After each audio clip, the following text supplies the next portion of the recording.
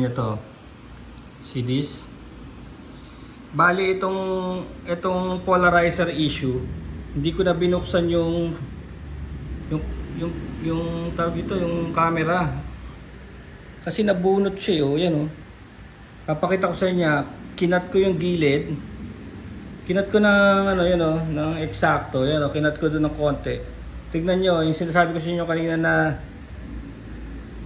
wala na siyang makita. Hey. Ayun na, wala nang makita, di ba? Ayan yung picture. Dito sa area na to wala na. Pero papakita ko sa inyo yung polarizer, ha.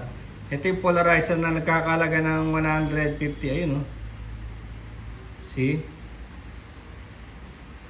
So, kitang-kita nyo na yung LCD wala siyang display kung wala itong polarizer.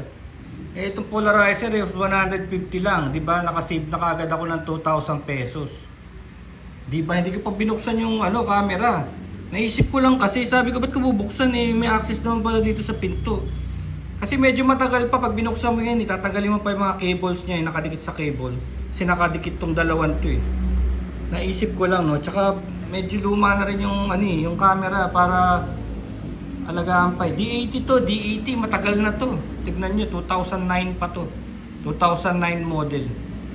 Ano siya, mechanical.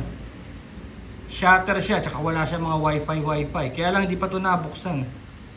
Maganda shot nito pagka pinakita ko sa inyo, lalo na pag naka ganitong lens. 600 to yun.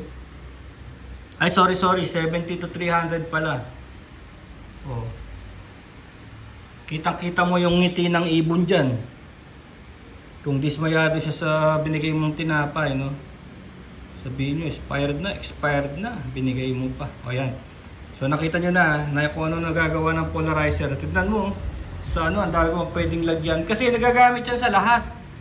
Kung meron kang higanting ganyan, pwede mong palitan yun sa TV mo. Kung yung TV mo ilukot na. At madalas yan sa motor. Kung kayo yung motor nyo, isira na yung screen, yan. Yan ang solusyon. So ito, kakabit ko ito mamaya. Papakita ko sa inyo pag naayos na. Alright.